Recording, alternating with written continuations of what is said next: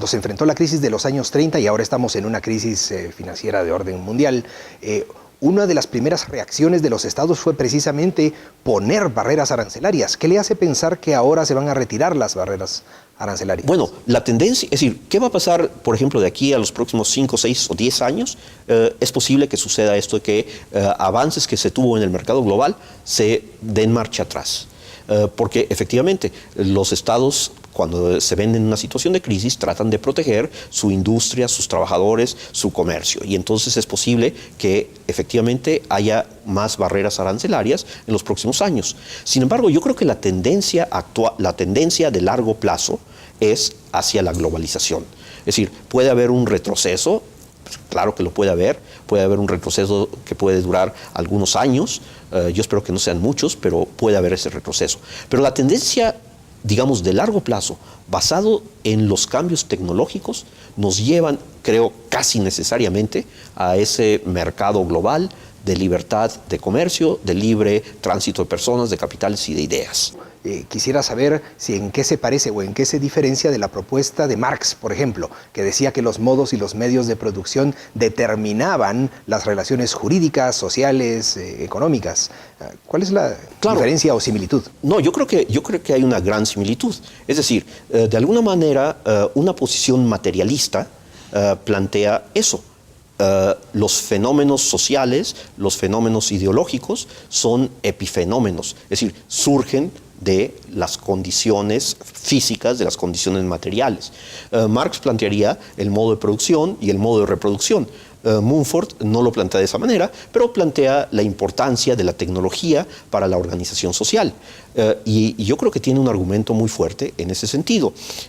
Nos encontramos, por ejemplo, que la máquina de vapor requiere una caldera que es grande, es decir, no podemos tener calderas pequeñas y que cada una de ellas nos haga mover una maquinita chica, sino que es muy poco eficiente hacer eso. Entonces necesitamos una gran caldera que mueva muchas máquinas. Entonces eso hace que se concentre la producción industrial en un lugar relativamente pequeño, la fábrica.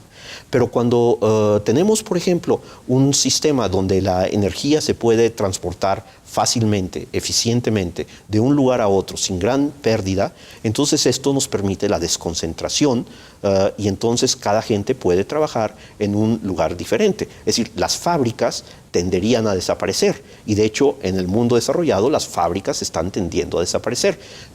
Ya solo quedan en el mundo en desarrollo. Solamente quedan en lugares como China o los países en desarrollo en donde se están trasladando las industrias, por cuestión del costo de la mano de obra, básicamente. O quizá por la falta de regulaciones ecológicas, que es otro de los aspectos que en un momento dado en los países desarrollados están de alguna manera tratando de llevar a cabo. Pero a lo que yo iba es, la tendencia de largo plazo sin duda es la globalización. Es decir, yo no creo que volvamos a menos que todo el sistema se cayera. Si el sistema se cae, y entonces ya hay algunas personas que plantean que es posible que el sistema se caiga antes de los próximos 50 años. ¿Qué quiere decir que el sistema se caiga? Bueno, por ejemplo, en el año 72, los Meadows, un matrimonio de científicos, hicieron un reporte al Club de Roma que se llamaba Los límites del crecimiento. 30 años después, posteriormente escribieron otro reporte que se llamaba Más allá de los límites del crecimiento y finalmente hace apenas 6 años escribieron el último reporte que se llama Los límites del crecimiento revisitados. Es un trabajo muy interesante, muy controversial que ellos hicieron en donde plantean, tomando en cuenta un cierto número de variables, que el mundo con el crecimiento actual de la población, de la producción industrial, de la contaminación, no puede sostenerse.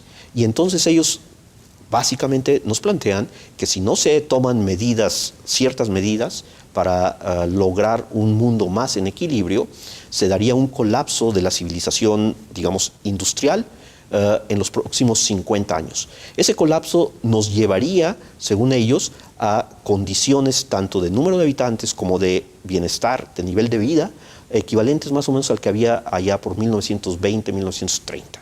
Es decir, habría un colapso. No podría vivir los 9.000 o 10.000 millones de personas que vamos a vivir a finales de este siglo, del siglo XXI.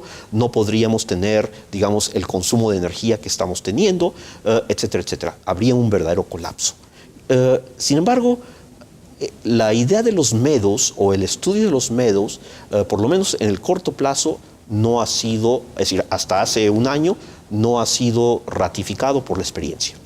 Tenemos el caso de Julian Simons, un economista que apostó con las personas que pensaban que el mundo se iba a colapsar, apostó 2 veces y 2 veces ganó. Para Julian Simons, no, es decir, de alguna manera, la tecnología, los avances institucionales hacen que la escasez se vaya perdiendo y que podamos generar más y más valor.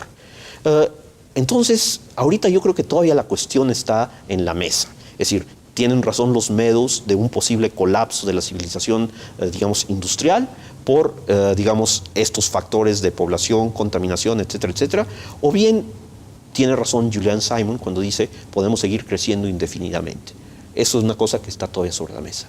Pues muchas gracias por compartir estas ideas con nosotros, doctor Blum, y muchas gracias a ustedes por su atención.